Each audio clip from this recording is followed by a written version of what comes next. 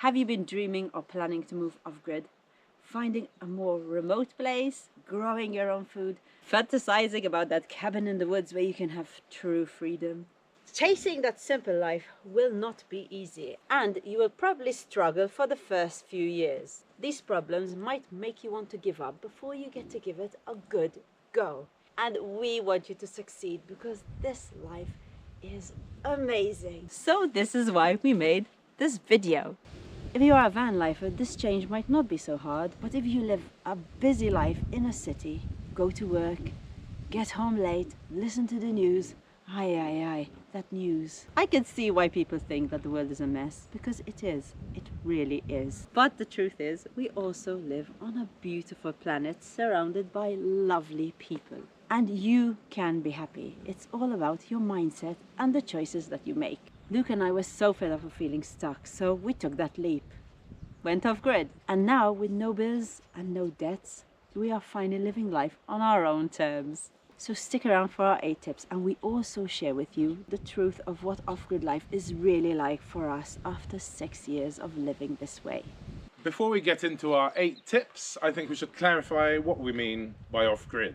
For us, it means we're not connected to any services. So we're not dependent on any government or company for electricity, water or drainage. It doesn't mean that we're survivalist, obviously not. We have a YouTube channel, we have internet, or even Amish, and we don't believe that we have to lose modern day amenities or luxuries to live a simple, quiet life in nature. Hi, welcome to our channel. I'm Luke. I used to be a chef and now I'm a kind of builder, electrician, plumber, anything that needs to be done around the farm when it comes to construction and stuff like that, I tend to do it. Hi, I'm Sarah and I used to be an early childhood educator, and now I take care of a bunch of animals and work in the garden. And this is Molly. She was a dumpster baby and now she's a YouTube star. And these are 8 tips you need to know before moving off-grid. I think we should start with the most important thing when it comes to living off-grid. Money! The root of all evil. Yes, we can't get away from needing money if you live off-grid. Is it possible to be totally self-sufficient in this day and age? Probably for some people, not for us, and most probably not for you. You will obviously need a chunk of money to buy your property and set it up, but after that, how are you going to support yourself?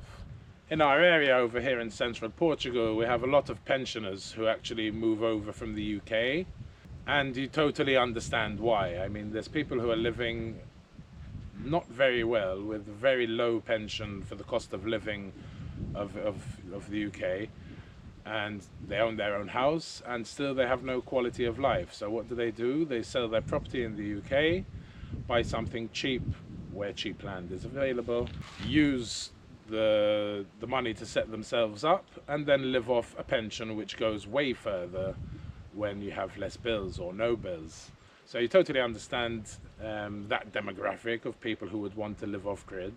But if you're younger like us, young lad, but if you're younger than that and you don't have a pension, you will obviously need an income.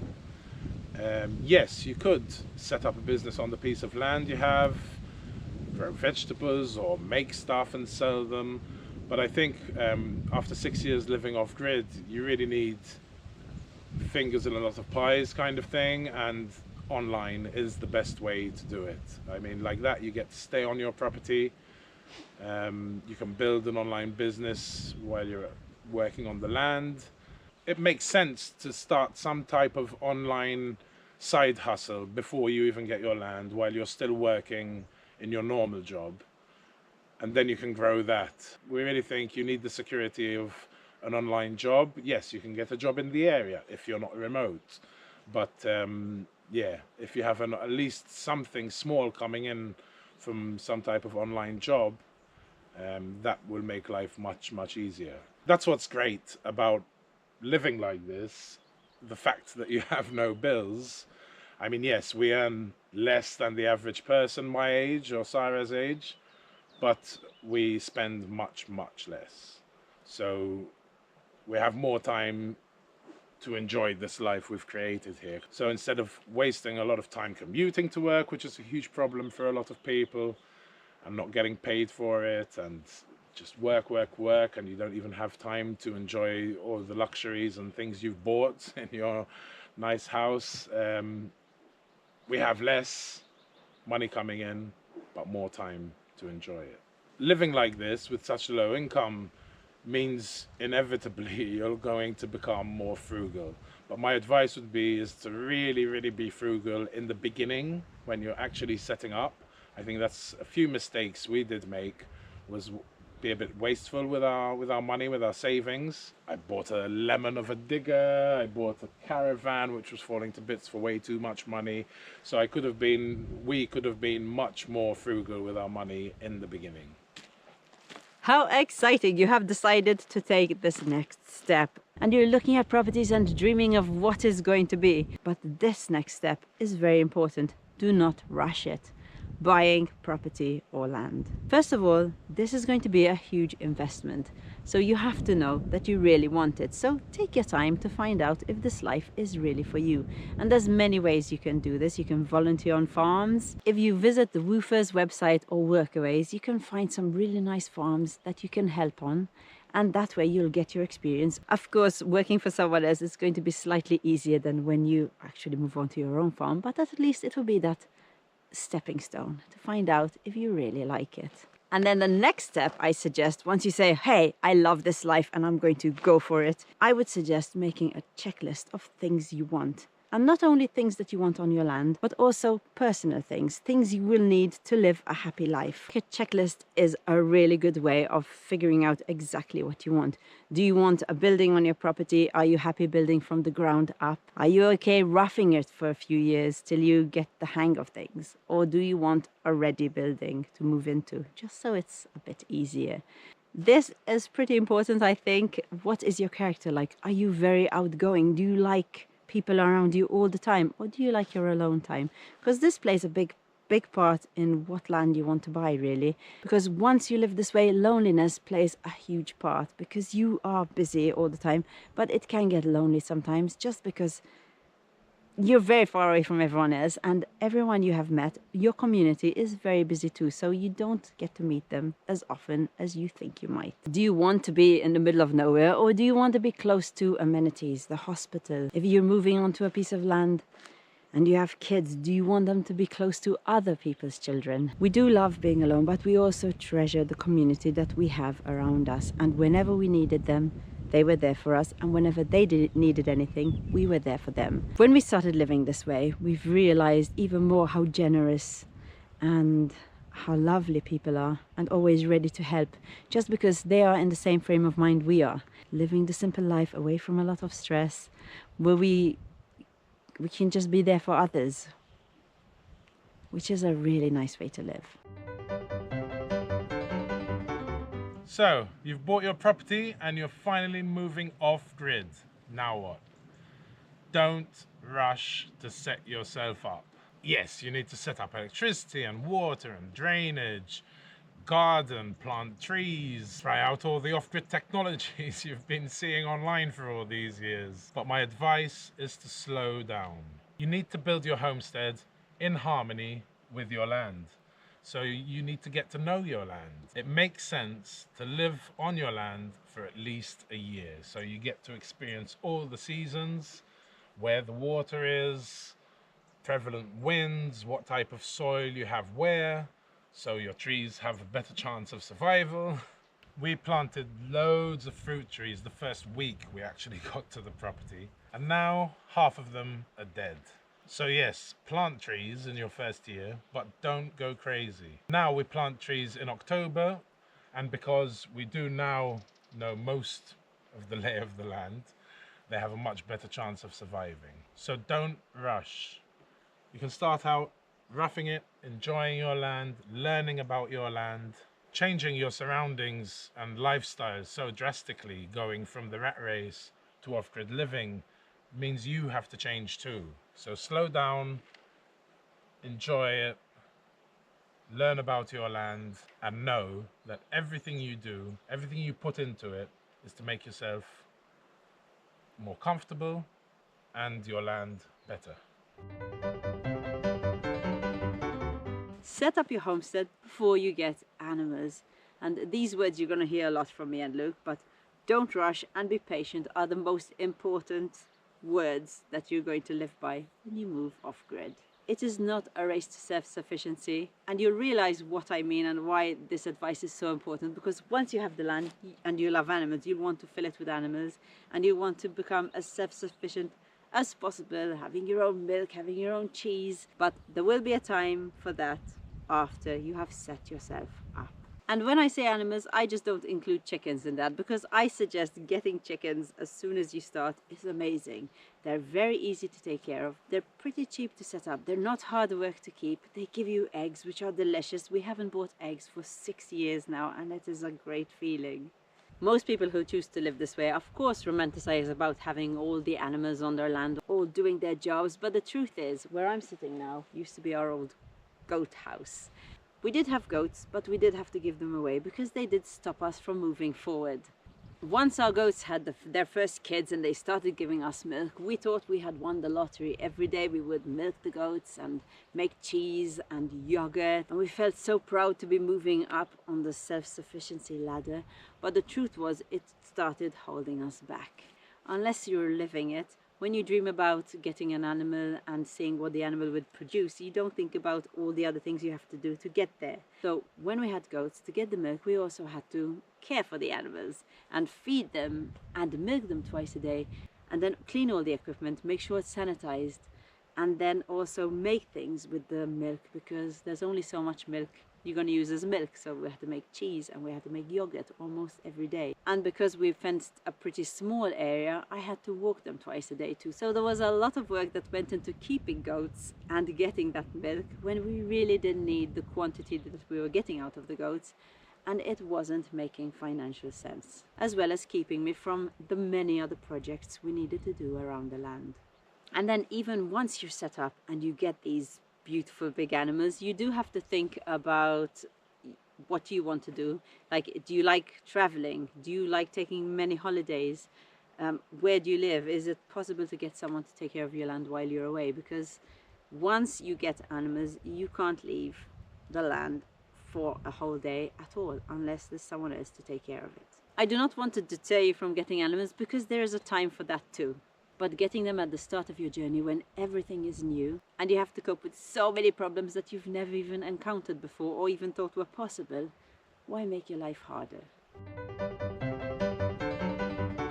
Now, in the first tip, I said money is the most important thing, but in reality, we all know that your health is the most important thing. If you decide to live this life and be self-reliant, you have to be physically fit to do it. I mean, if you buy a place that's already set up, maybe you don't have to worry about that as much. But if you're starting from scratch, you really have to consider the toll that all this manual labor is going to take on your health. Do not underestimate this. So be safe. Now, there may be some regular viewers of our channel that are laughing right now because of my questionable safety regime. But I'd like to think that over the past 6 years living like this, it's kind of starting to really sink in.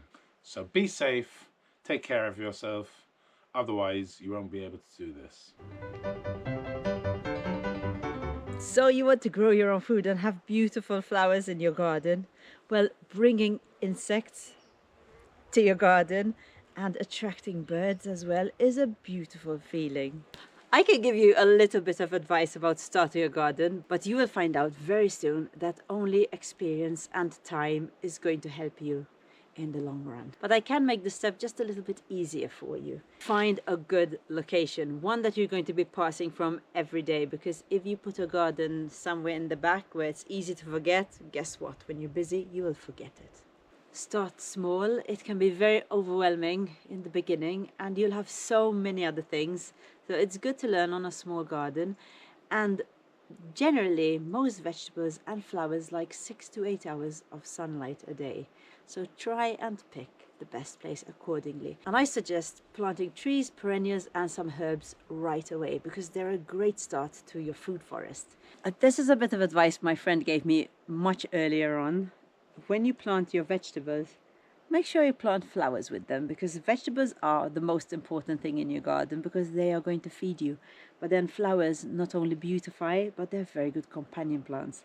Especially like these marigolds, they're very good pest deterrent, as well as useful for many things. They self-seed, so you don't even have to think of them from one year to the next. Our first year gardening, we did make many mistakes, but we also learned a lot. When I look back, the best thing I did in the first year was plant perennials and herbs. And they really have kept me going through some hard times, just because sometimes life gets very busy and you don't have time to do the garden, and then spring comes and you've done nothing, and then summer comes and you're quite disappointed that you didn't do much, and then things start growing without you even trying. The perennials come back. Some of them would have been here all year round. Other plants that have self-seeded have started to grow, and that is really a rewarding feeling when you've done nothing that year and you still have a semi-decent garden. It's very hard to give advice when it comes to gardening, because everyone and everywhere is different. Soil is different, locations different, weather's different. So I think you can get a basic idea through watching other people and seeing what they do, but then experience is the most important thing. You're going to be learning from your mistakes and learn how to get more for free, as in learn how to propagate. We started out with just a couple of little plants of rosemary, and now we've got rosemary growing everywhere, and it was all for free from 2 or 3 plants. And also learn how to save seeds from your best crop, so you can plant them the next year. This might be a funny one, but only plant vegetables that you enjoy eating. It is very easy to get excited when you start your first garden and you want to grow everything, even things you've never heard of. But then you end up planting just a little bit of everything, and then when it's time to harvest, you realize that you don't have enough of one thing, and the thing that grew the best and you have so much of, you don't even like. This happened to us the first year. We grew a lot of turnips, and then we had no friends and no animals to share them with, so we ended up composting most of them. So it was a waste of time, a waste of energy, waste of water. And if we hadn't planted all those turnips, we could have planted more tomatoes. Plant the vegetables you really enjoy, and maybe try out a small patch on the ones you want to experiment with. But at the end of the day, only your experience and through trial and error are you going to learn enough to have a better garden the next year. So don't be afraid to get your hands dirty, experiment and enjoy it. So when it comes to building and setting up your homesteads, like I said in the beginning, I used to be a chef. So there's been a lot of learning involved and a lot of learning still to do. But if I had to try and think about some specific things I've learned over the last 6 years, some of them would be maybe protect your materials that you're going to use to build something, like timber, and don't let water to get into it, like me. That was a tough lesson to swallow, but I've learned it. Hopefully I put it into practice. Another one would be to use steel fence posts or concrete instead of timber ones, just so you do it once and it will be good for your lifetime. Another one would be to not turn your land or property into a junkyard. So when you live like this, and obviously you want to try and reuse and reclaim wood, and you're always like a hawk around the bins drop sites and the dump sites, it's very easy for the land to become a junkyard. So do regular clear outs. If, for example, I don't know, you find an old gas heater that doesn't work, but you want to keep the wheels for a future project, try and break them down and only keep what you're actually going to use. Yeah, I think that's an important thing, because it very quickly can get out of hand. As for a more general tip on building and all this stuff is, if you're like me and had to learn so much, don't be afraid of making mistakes. I like to own my mistakes. I mean, I don't like it when something goes wrong, obviously, but it's useless crying over spilt milk, and just get on with it. So what I really found over the past 6 years is improvisation is like really important, and not to dwell on past mistakes but to learn from them and hopefully don't do them again. And also sometimes it's very easy to like go online, you start want to build something and you start researching it and you just research and research and research, but there's always conflicting evidence online, you know. So sometimes for me anyway it's just easier to get in there, try it out and learn kind of hands-on. So my takeaway would be to go for it, don't be afraid to make mistakes, and try and improvise when you can and make it work. You will find out very quickly that living this life, you spend a lot of time outdoors, so the winters seem colder and the summers seem hotter. And there is a time for everything. There'll be certain rules you need to follow every season, and probably every country is different.